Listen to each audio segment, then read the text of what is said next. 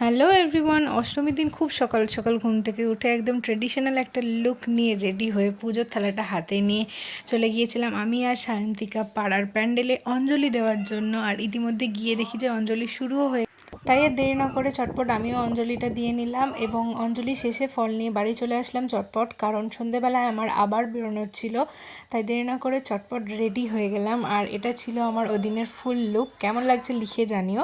তারপর তো বেরিয়ে পড়লাম ঠাকুর দেখতে। দুপাশে সুন্দর সুন্দর লাইটিং, বিভিন্ন ধরনের প্যান্ডেল, অনেক জায়গায় থিমের প্যান্ডেল ছিল যেগুলো দেখতে তো খুবই সুন্দর ছিল। তারই মধ্যে এটা ছিল যেমন একটা জমালয়ের থিম।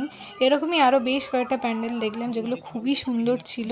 তবে সবকটার মধ্যে আমার এই প্যান্ডেলটা সব থেকে বেশি সুন্দর লেগেছে। যেমন প্যান্ডেলটা সুন্দর, তেমনি ঠাকুরটাও ভীষণই সুন্দর ছিল। আর এত সুন্দর অ্যাম্বিয়েন্স পেয়ে আমি বেশ কটা ছবি তুলে নিলাম।